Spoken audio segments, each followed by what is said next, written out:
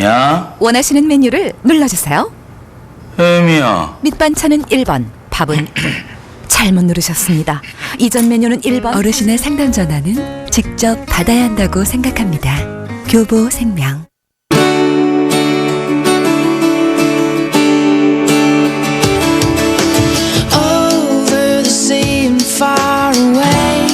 강력한 휴대인터넷 T-로긴.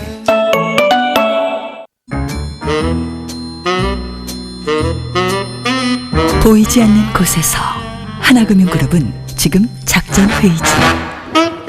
아름다운 노년을 위한 금융연합 작전. 하나금융그룹.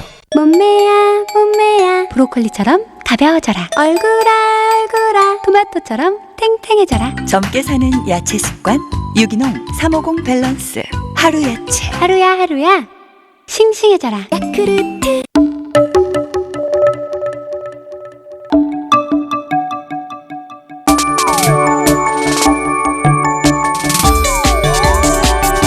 컬러 그리고 스타일 나의 브라비아. 10억을 받았습니다. 하나부터 10까지 도와주면서 남편과의 약속이라고 했던 이 사람, 이젠 우리 가족의 라이프 플래너입니다. 변하지 않는 푸른 약속, 프루덴셜 생명. 여기 보고서 좀. 자.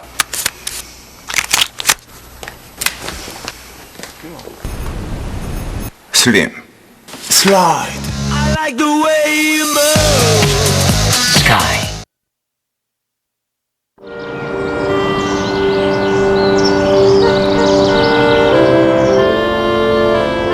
(1922년 5월 25일) 레닌은 발작을 일으키며 쓰러졌다. 신체의 오른쪽 부위는 완전히 마비되었다. 이때 그의 나이는 52세였다.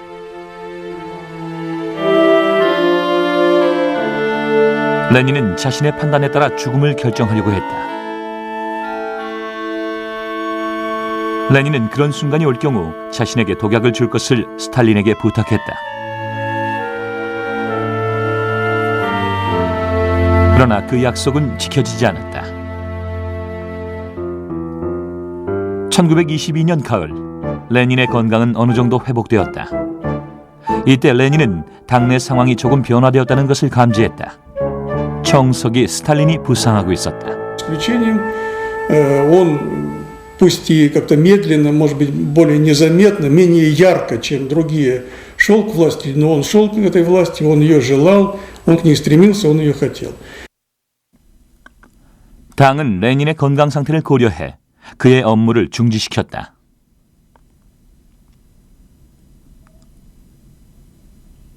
그러나 레닌은 비밀리에 크룹스카야를 통해 계속 당 업무를 파악하고 있었다. 이 사실을 알게 된 스탈린은 크룹스카야에게 모욕적인 언사를 퍼부었다. 레닌은 격노하여 스탈린을 좌천시키려 했다.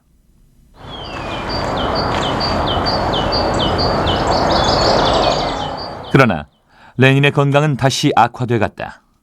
발작과 실신이 수시로 반복되었다.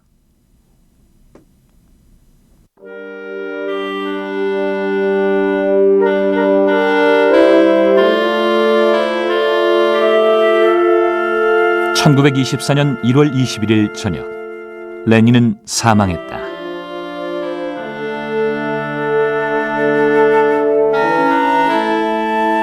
레닌의 유해는 고리키에서 모스크바로 옮겨졌다.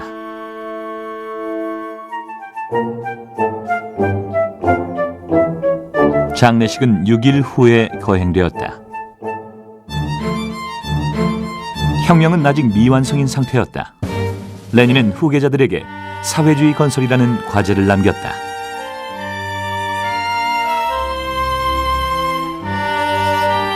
혹한의 날씨였음에도 많은 군중들이 운구를 뒤따랐다. 레닌은 러시아를 후진적인 농업국가로 남긴 채 죽었다. The Bolsheviks as the communists as the only socialist government in the world decided that it was essential to build up industry in Russia so that it would itself become a great industrial power. 러시아를 어떻게 선진 산업국가로 탈바꿈시킬 것인가 하는 문제를 놓고 레닌의 후계자들 사이에 논쟁이 벌어졌다. 좌익 반대파들은 급속한 공업화를 위하여 농업을 희생시킬 수밖에 없다고 주장했다. 반면에 우익 반대파들은 농업 발전을 통한 점진적 공업화를 주장했다. 좌익 반대파들은 트로츠키 주변에 모여들었다.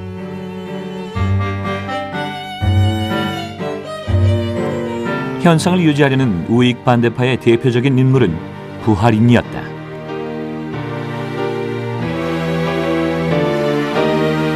스탈린은 당내 논쟁에 끼어들지 않고 관망만 하고 있었다.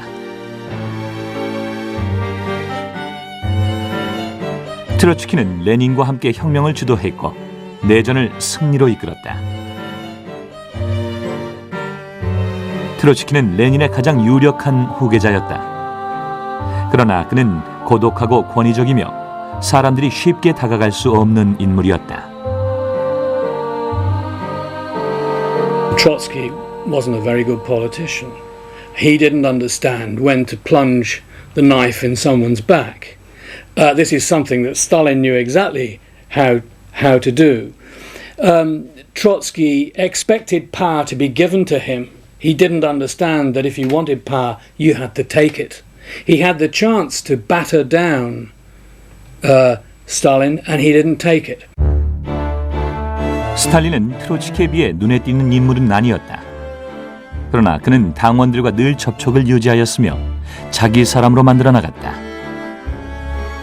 스탈린은 드러나지 않게 당 관료들을 장악해 나갔다. He was crude. He could be cruel. He was no great theoretician like Trotsky or Lenin, but he had an incredibly shrewd political sense. He was a practical man. In fact, in Russian, he's called praktik, not a theoretic, not a theorist, but a practical man. And he was a good bureaucratic infighter. 또한 트로츠키와 스탈린은 사회주의 건설 방법에 있어 정반대의 견해를 갖고 있었다. 트로츠키는 유럽 노동계급이 지원하지 않는다면 러시아의 사회주의 권력은 오래 지탱하지 못할 것이라고 말해왔다. 트로츠키는 항상 국제혁명이 필수적임을 역설했다. 그러나 스탈린은 트로츠키의 주장에 대해 매우 회의적이었다. 그는 외부의 도움 없이 자력으로 사회주의 국가를 건설할 수 있다고 생각했다. 소위 일국 사회주의론이었다. 제1차 세계대전과 내전 그리고 혁명으로 7년간의 피폐해진 경제 그리고 심신이 피폐해진 그런 소련 사람들에게 또다시 세계혁명을 하자는 것은 상당히 무리가 있었던 것입니다. 반면에 스탈린의 일국 사회주의론은 세계혁명을 그만두고 단독으로 사회주의를 러시아에서 건설할 수 있다고 주장하는 것입니다. 이런 점에서 스탈린의 주장이 트로츠키 주장보다 훨씬 더 매력적으로 들렸다고 생각을 합니다. 1923년 트로츠키는 당내에 만연한 관료주의를 비판하기 시작했다. 권력투쟁의 시작이었다. 당 관료들 역시 트로츠키의 비판에 맞섰다.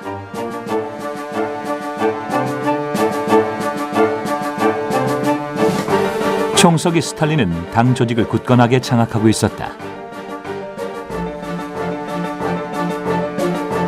스탈린에 대항하는 것은 곧 당 기구에 도전하는 것이나 마찬가지였다.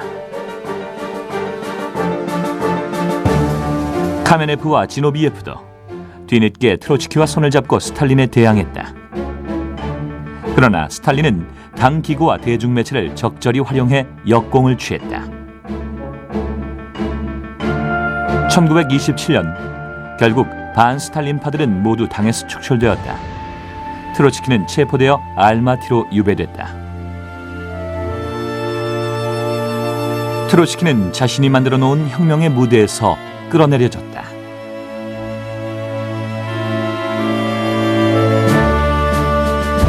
최후의 승리자는 스탈린이었다.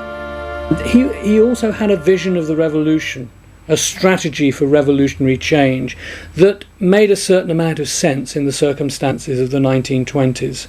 So there was a real quality of leadership about Stalin that helps to explain why he came to the top rather than Trotsky. It's not just a question of the administrative posts that Stalin had. There was much more to the man than that. 당내에서 권력 투쟁이 한참 벌어지던 1927년, 이보다 심각한 상황이 발생하고 있었다. 모스크바 등 대도시에 내전기를 방불케 하는 식량 위기가 닥쳐온 것이다. 공산물 가격이 너무 올라 농산물과의 가격 차이가 벌어지자 농민들은 내전기 때처럼 더 이상 곡물을 시장에 내놓지 않았다. 식량 위기가 심화되자 스탈린은 우랄과 시베리아의 농촌을 시찰했다. 스탈린은 곡물 위기가 농촌의 부농들 때문이라고 생각했다. 그는 보다 근본적인 해결책을 원했다. And their problem was, how can we get the grain from the peasants? And Stalin decided that the only course possible was to use coercion. At first he tried to do this with a small amount of collectivization, but then the communists decided that the only safe way to obtain grain would be if the peasants were joined together in collective farms. 스탈린은 농업 집단화를 결심했다. 농업 집단화만 이룬다면 국가는 곡물을 안정적으로 확보하는 것이 가능했다. 농업 생산성도 증대될 것이며 공업화를 위한 자본을 마련할 수 있을 것이었다. 스탈린은 소련을 단기간에 선진 공업 국가로 탈바꿈시키기 위해서 러시아 농민들의 부를 강탈하기로 결심했다.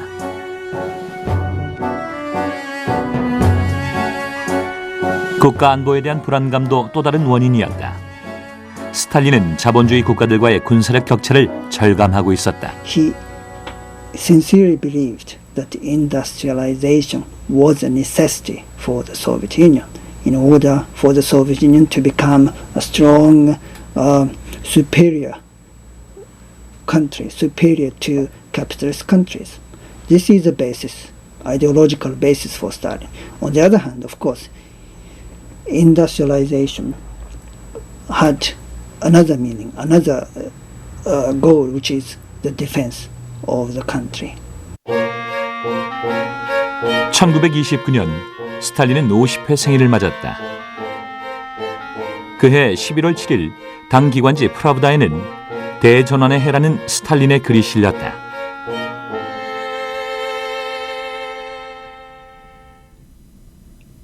스탈린 혁명의 시작을 알리는 선언이었다. 그것은 하루아침에 1억이 넘는 농민들의 운명을 송두리째 뒤바꾼 인류 역사상 유례가 없는 대격변이었다.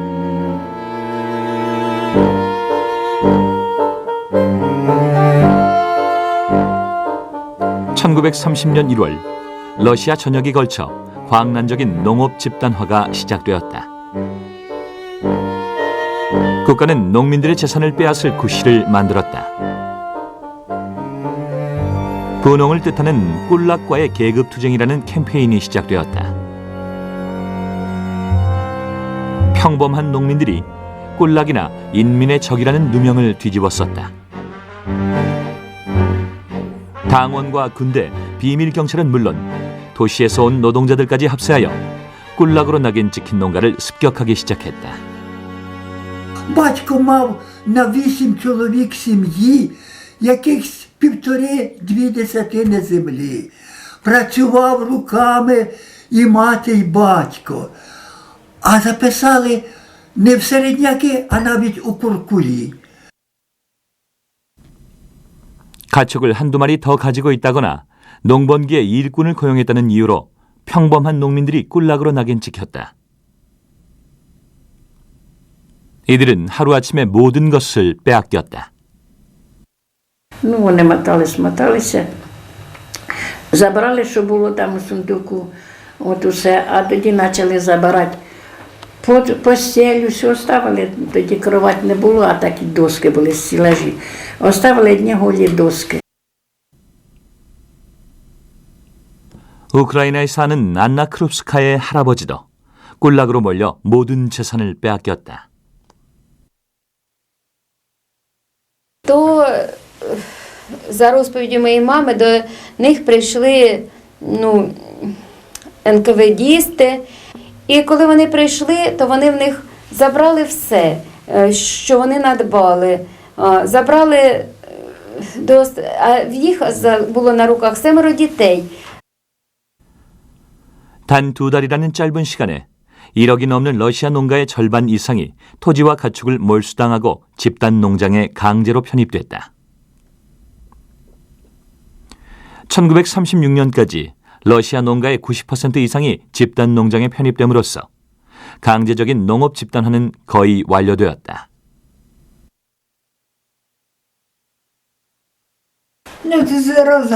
Розганяли, все забирали, оставили одні душі тільки, голі, босі, простоволосі. Ходили ячмінь віять на степ, на скарду. І ото так жили. Боже сохрани. Хай Господь не вертає. Його трудно вже й забути. Вже пройшло скільки времени, а на душі воно ж є.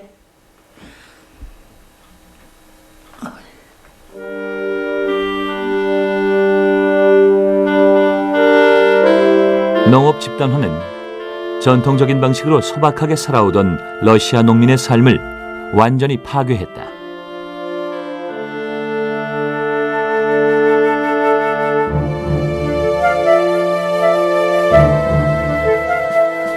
수백만 명에 이르는 농민들이 꿀락으로 낙인 찍혀 고향에서 추방되었고 그중 일부는 처형되었다.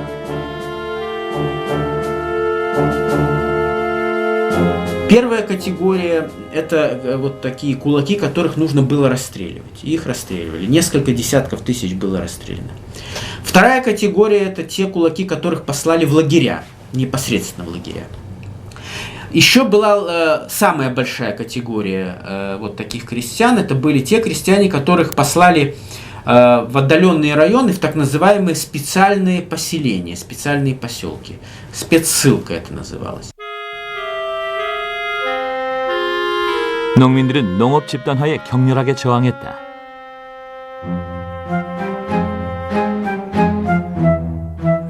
농민들은 가축을 국가에 그냥 빼앗기느니 차라리 죽이는 쪽을 택했다. 수천만 마리에 이르는 소와 말, 돼지들이 도살됐다. In Ukraine alone, in 1930, 1 million peasants demonstrated against collectivization, tried to attack, did their best to attack Soviet personnel, to fight Soviet forces, but they were crushed rather quickly and brutally by the political police, the recruits of the party and the army. 1928년부터 1차 5개년 계획이 시작되었다. 맨 처음 목표는 생산량을 120% 증가시키는 것이었다. 그러나 스탈린은 목표를 250%로 올리라고 명령했다. 뿐만 아니라 스탈린은 이를 5년이 아닌 4년 만에 완수할 것을 요구했다. Кричали, значить, п'ятилетку за 4 года, побудуємо Дніпростан, перегородили Дніпрогес. А в магазинах не було нічого, ні їсти, ні одягтись.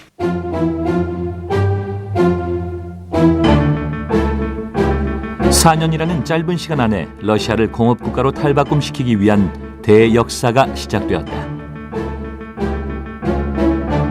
전 국민이 1차 5개년 계획에 동원됐다.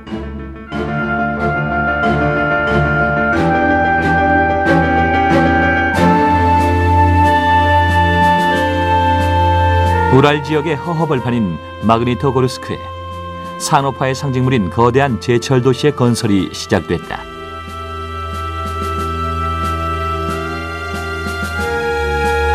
(1929년부터) 제철소 건설을 위해 다양한 부류의 사람들이 모여들었다.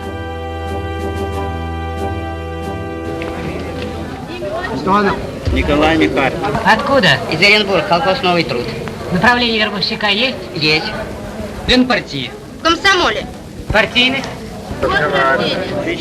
기술자와 전문가들이 모여들었다. 또한 위대한 사회주의 건설이라는 열정을 품고 온 사람도 있었다. 죄수들도 동원되었다.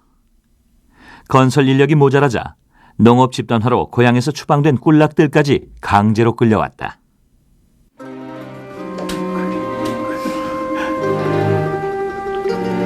아버지가 꿀락이었던 야코브 레비치의 가족들은 8일간 쉬지 않고 기차를 타고 마그니토고르스크로 끌려왔다. 야코브 레비치는 도착하자마자 땅 파는 일부터 시작했다. Ну так же, кончили работу, вот и такой-то, как много-то народу. Шли, на дороге умирали. Помню, человек умер, перешагнули, идем. Вот так.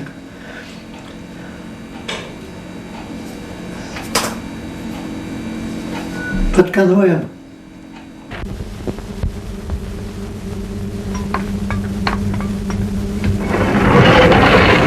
우랄의 허허벌판 위에 거대한 제철소 건설이 시작됐다. 남녀 할 것 없이 맨손과 등짐으로 벽돌을 날랐다.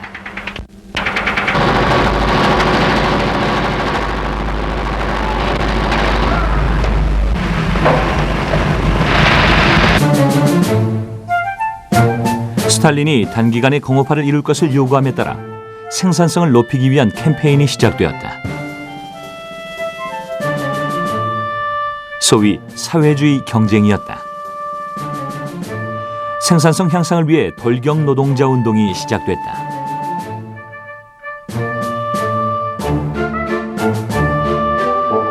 돌격 노동자란 자신에게 부과된 생산량을 초과 달성하는 노동자를 말했다.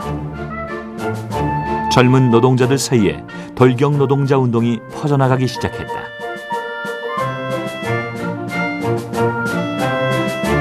So older workers who might be very skilled and very efficient, but using an older system that produces less than a shock worker are going to be unhappy with shock workers. They're going to say, oh, those young kids, they're just troublemakers, you know. Wait till they're 40 years old and they can't move as fast as I can. Then they'll see what it's like. 돌격 노동자 운동에 이어 스타노프 운동이라는 제2의 사회주의 경쟁이 시작되었다.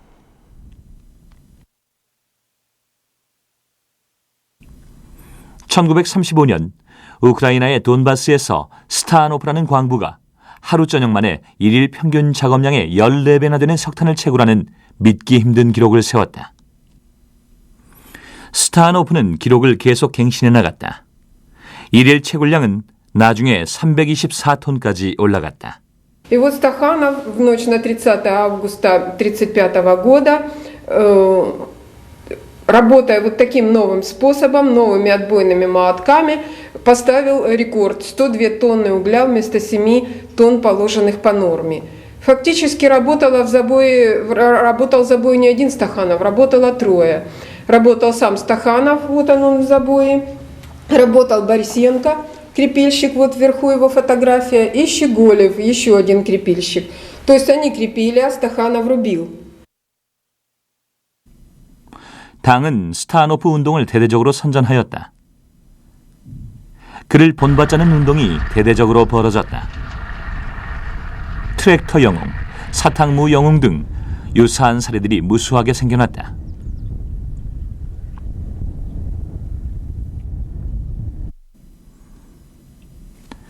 우크라이나 출신의 여성인 파샤 안겔리나는 다른 사람들보다 훨씬 많은 면적을 경작하여 트랙터 영웅이 되었다.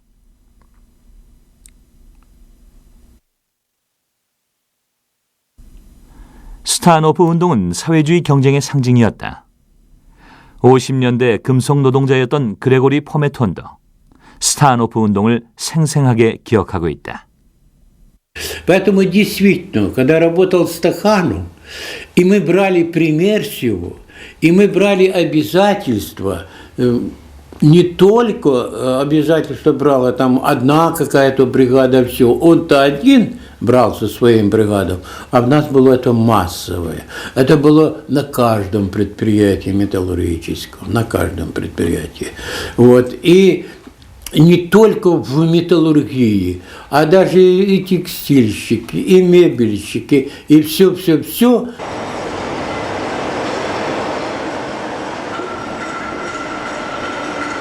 그러나 사회주의 경쟁은 상당 부분 문서에만 존재하는 허구적인 것이었다.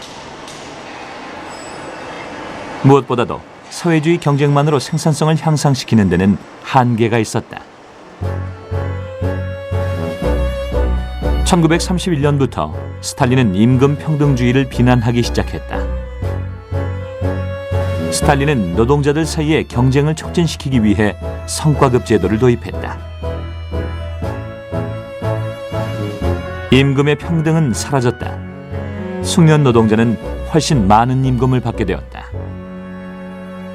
The more you produced, the more you would be paid. This was a classic form of capitalist labor control. Because, of course, if workers wanted higher wages, they would just produce more. The problem with this was, of course, many workers, especially when it was introduced already very soon after the revolution, is that they said, wait a second, this is exactly what we had under capitalism. And, of course, the answer was the classic answer. Well, yeah, but you're doing it for the common good, for socialism, not for the capitalist exploiter. So it may feel the same. It may look the same, but its essence is supposed to be different. 또한 생산성 향상을 위해 국가는 엄격한 노동 규율을 부과했다. 음주 제한, 정시 출퇴근, 흡연 시간 줄이기 등 자본주의와 똑같은 규율이 적용됐다. 노동자들은 노동 규율에 관한 끝없는 계몽과 캠페인을 들어야만 했다.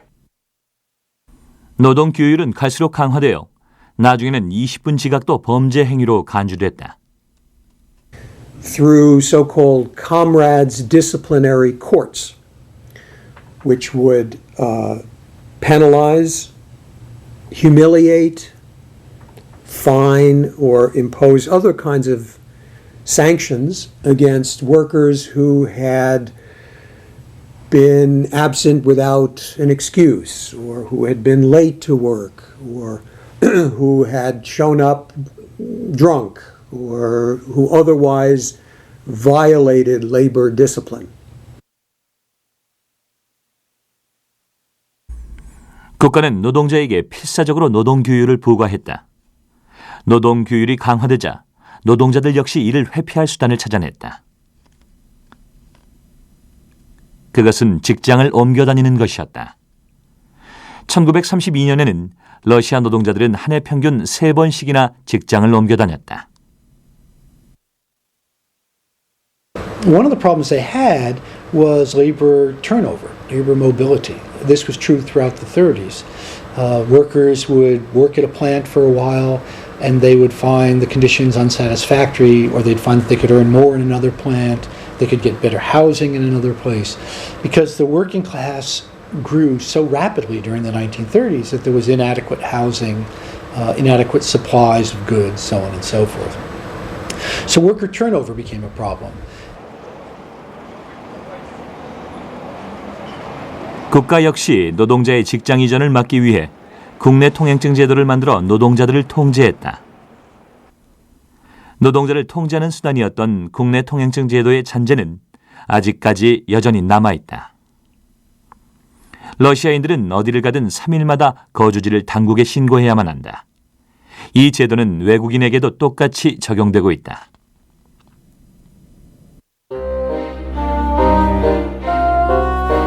산업화 시기에 매우 엄격한 노동법들이 제정되었다. 파업은 금지되고 노동조합은 국가에 종속되었다. 노동조합은 국가가 요구하는 생산량을 달성하기 위해 노동자를 통제하는 조직으로 변질되었다. It changed completely because whereas in the 1920s the unions had certain rights to organize and the authorities were rather cautious in dealing with worker unrest. In the 1930s, the unions in many respects, as far as collective defence of the worker were concerned, no longer were allowed to have this function.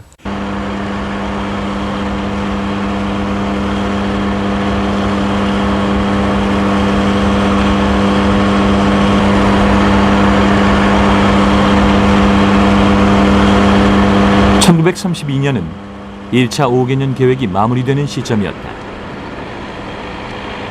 5년에 걸친 공사 끝에 드네프르강에는 유럽 최대 규모의 수력발전소가 세워졌다.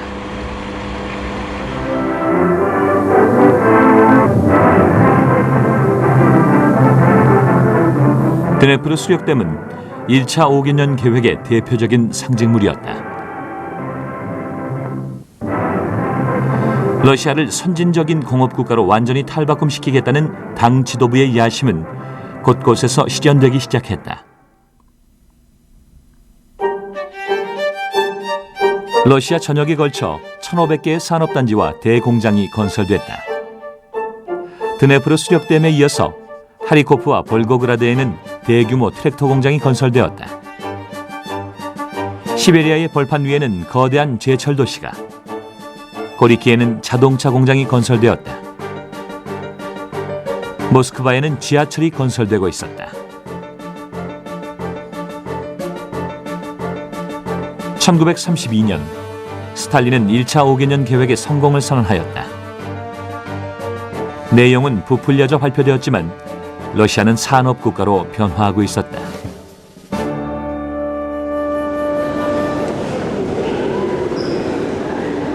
1차 5개년 계획 이후 20년대에 만연했던 실업은 완전히 사라졌다.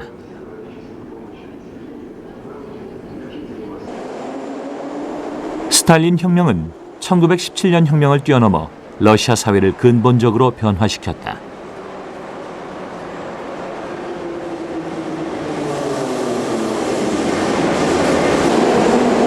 스탈린 혁명은 향후 60년간 지속될 소련 체제의 골격을 완성한 것이었다.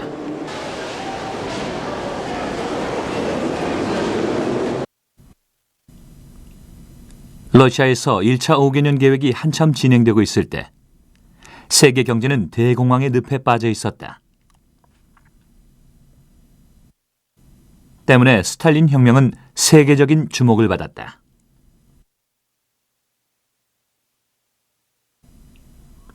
일자리를 찾지 못한 14만 명의 미국인들이 소련의 기적을 보기 위해 러시아를 직접 찾아가기도 했다. It was very impressive, especially when it is measured in the context of the time. The 1930s is the time of the Great Depression all over the world, in Europe and in the United States, tens of millions of people unemployed, and here we have practically the only functioning economy that managed to mobilize people, to find employment, to provide employment for people, inspiring millions of people across the globe to watch the so-called Soviet miracle.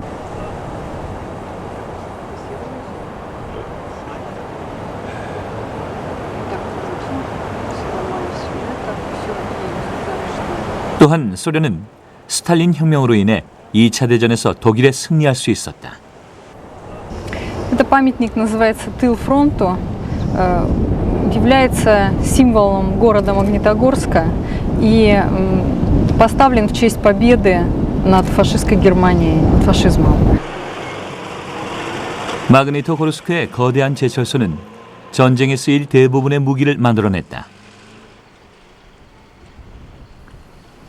뿐만 아니라 2차 대전 후 냉전기에는 미국과 겨룰 수 있는 잠재력을 갖게 해주었다.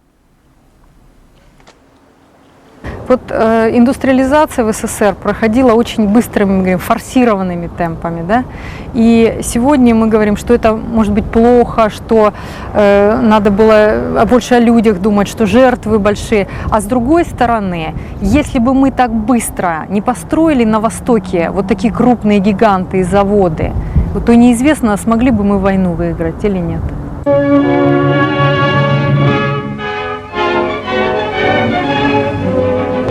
전격적인 집단화로 인하여 농민들은 과거와는 완전히 다른 삶을 살게 되었다.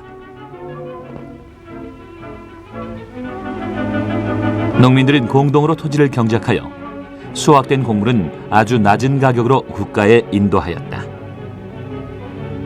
특히 농업 같은 경우를 본다면 그들이 농업의 사회화, 즉 집단화는 5개년 계획의 목표를 그것도 3년 동안에 3배나 초과 달성했습니다. 그러니까 1933년, 32년, 33년경에 농촌에서의 실적이라고 하는 것, 업적이라고 하는 것, 소위 말해서 업적이라고 하는 것은 대략 원래 계획에 따른다면 1940년도 정도, 1930년도 후반에나 이루어질 만한 그러한 성과였다는 것이죠.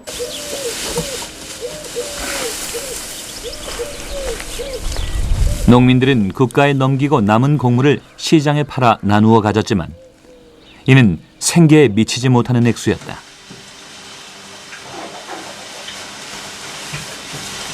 정부는 이를 보충해주기 위해 약간의 텃밭과 가축 사육을 허용했다. 이는 농민들이 기본적인 생계를 유지하는 데 필수적인 요소였다.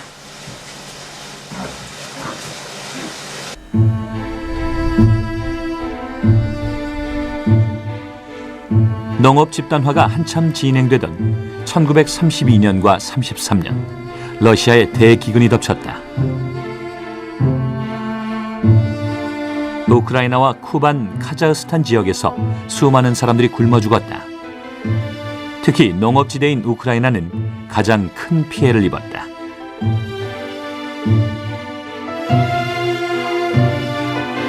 Ну, кажуть люди, я не знаю, що, мов, зарізали, вроді б так голову знаходили тієї дівчинки. Вона безпризорна ходила, а тоді вони її взяли чи переночувати, та взяли, вроді б, то зарізали. Це так я лічно не була, бо ми їх далеко жили, а чула, все казали, що отак і отак, ту ж дівчинку, яку зарізали, ті і з'їли.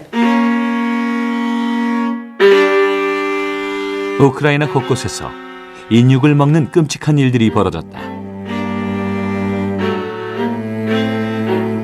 1933년 우크라이나의 로보보스카라는 시골 마을에서 한 남자가 체포됐다. 아내를 살해하여 굶주린 두 아이에게 인육을 먹인 혐의였다. 그러나 그 남자는 정상이 참작되어 무죄로 풀려났다.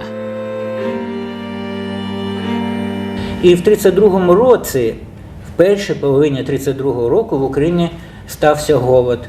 Не в усій Україні, близько 33 районів, де голод набув дуже сильних масштабів з випадками канібалізму, саме через те, що забрали весь хліб. Але тоді не забирали продовольства. 스탈린은 대기근 상황을 외부에 숨겼다. 아사자가 속출하는 상황에서 곡물 수출은 강행되었다. 희생자는 더욱 늘어갔다. 비교적 신뢰할 만한 그런 어떤 그 통계, 즉 1988년에서 90년 사이에 그 아사자들의 어떤 규모를 조사하기 위한 위원회가 국제위원회가 구성된 바 있었는데 그 위원회의 어떤 그 조사 결과 작성된 보고서에 따르면 1932년에 33년에 걸친 러시아 농민들의 그 아사자의 수가 최소한 750만 명 이상이라는 그런 보고가 있었습니다. 농민들은 집단 농장에 묶여 특별한 허가 없이는 농장을 떠날 수 없었다. 이동의 자유는 1975년이 되어서야 다시 주어졌다.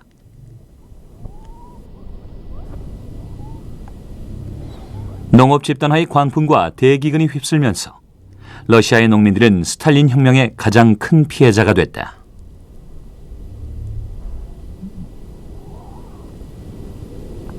농민들이 이런 고난에서 회복하는 데는 오랜 시간이 필요했다. In the 1930s, the living conditions worsened, particularly, of course, for the peasants who were beaten up and dispersed.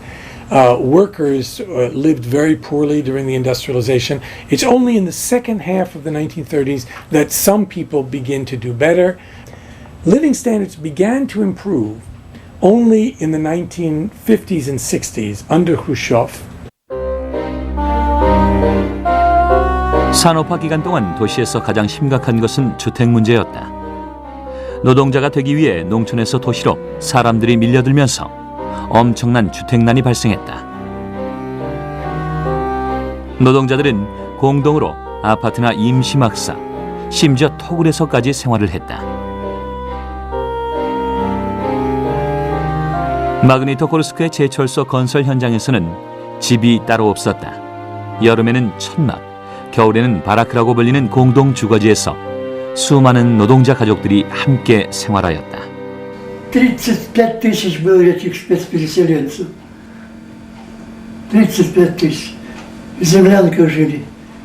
Без потолка, без крыши бараки были. Помню, крышу крыли, а потолка нету на бараке. Вот. Земля. 혼잡한 주거 환경은 오늘날까지도 영향을 미치고 있다. 아직도 상트페테르부르크에는 코문알카라고 하는 공동주택들이 남아있다. 코문알카에서는 한 집에 여러 가구가 함께 살고 있다. 코문알카는 1917년 혁명 때부터 생겨났다. 혁명이 일어나자 귀족이 살던 대저택에 여러 가구의 농민, 노동자 가족들이 들어와 함께 살기 시작한 것이다. 30년대 산업화가 시작되면서 코문알카의 상황은 더욱 악화됐다. 코문알카에서는 적게는 3가구, 많게는 10가구가 공동으로 주방과 화장실을 나누어 쓴다. 이들이 겪는 생활상의 불편함은 이루 말할 수 없을 정도이다. Жизнь в коммунальной квартире для меня, она неудобна тем, что переговорами по телефону, то, что мы все ограничены, должны минут 15, не больше разговаривать, иначе любой из соседей может выйти и сделать нам замечание, мы должны его освободить. Для меня жизнь в коммуналке неудобна тем, что каждое утро я должна в определенное время занять ванну. Если я проспала, например, на работу, то большая вероятность, что я в ванну не попаду уже больше. Так что придется вот... Поэтому повод для того, чтобы не проспать и пойти вовремя на работу.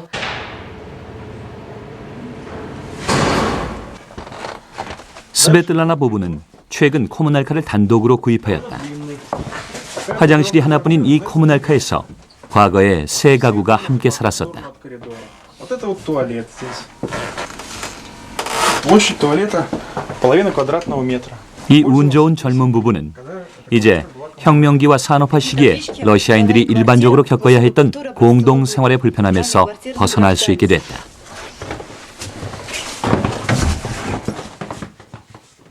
Плюс это жизнь под присмотром, когда ты знаешь, что все твои действия, какие-то даже интимные вещи, они все на обозрении других людей, чужих людей. Хорошо, когда коммунальная квартира, и люди понимают друг друга, и когда идут друг друга на уступки, на компромиссы. Но очень часто коммунальная квартира – это ссоры за место, за то, чтобы сделать это. Да. 사생활이 존재하지 않는 코문알카의 삶은 러시아인들의 의식에 깊은 영향을 미쳤다.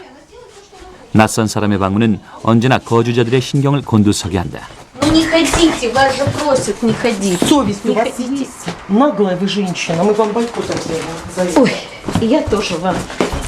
Вы не считаетесь ни с кем, бессовестная вы. Видите, Света, не ходите, они не понимают ничего. Кого вы там ждали?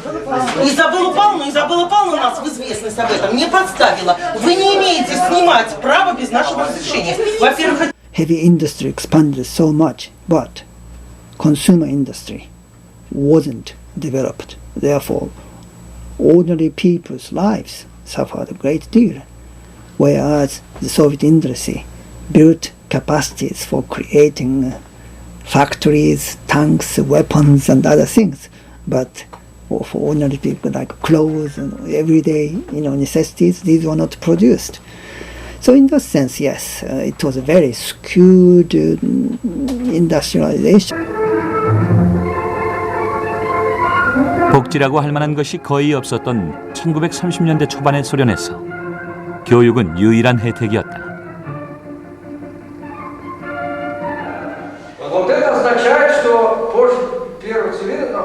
1930년대 산업화 시기에 직업훈련과 초등교육을 위한 광범위한 프로그램이 실시되었다.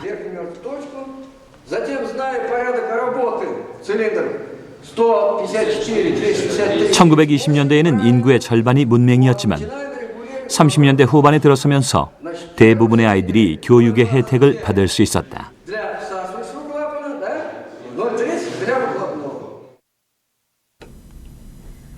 러자 인키나도 1936년에 마그니토고르스크로 와서 비행학교에 입학했다. Мы дети тех, кто наступал на белые отряды, кто паровозы оставлял, идя на баррикады.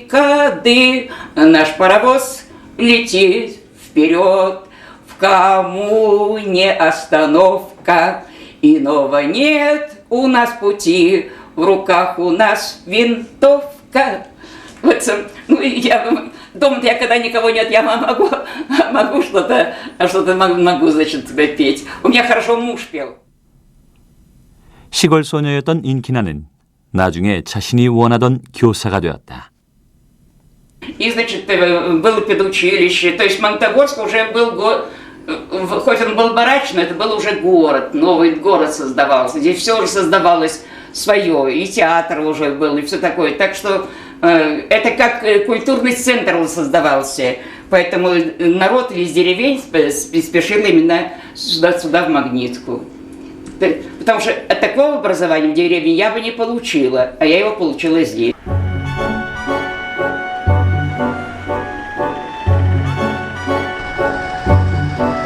산업화는 신분 상승의 기회를 부여해 주었다. 혁명과 내전을 겪으면서 많은 전문가들이 러시아를 떠났다. 전문가들이 부족해지자 노동자와 농민들이 전문가가 되기 위해 대학에 진학하였다. 드네프르 지역의 한 노동자의 아들이었던 레오니드 브레즈네프도 대학을 졸업하고 당에 들어갈 수 있었다. Он был в Москве на этом съезде партии. Сталин обратил внимание, говорит, откуда это такой красивый мужчина? А Брежнев был в свои годы очень красивым человеком. И он спрашивает, да кто это? А это, говорит, с Молдавии секретарь партии. Ну, ему понравилось, очень нормально было. 노동자의 아들이었던 브레즈네프는 1964년 소비에트 연방의 최고위직인 서기장의 지위에 올랐다.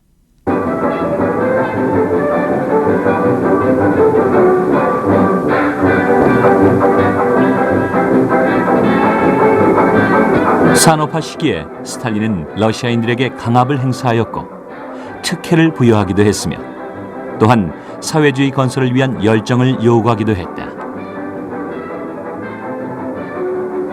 Some workers are very enthusiastic and committed.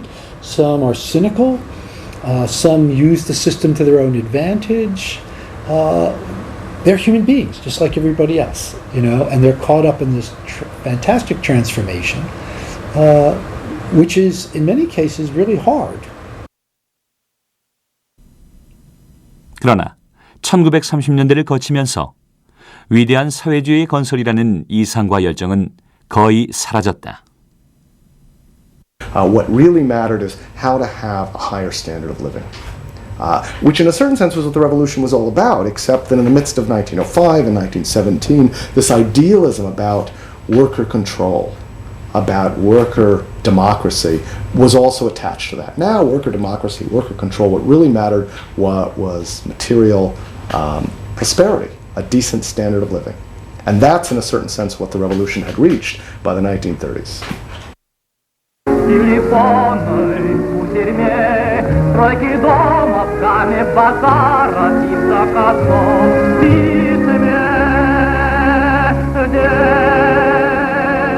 스탈린 혁명의 대격변을 거치면서 1917년 혁명의 이상은 사그라들었다. 대신 그 자리에 평범한 일상의 삶이 자리 잡기 시작했다.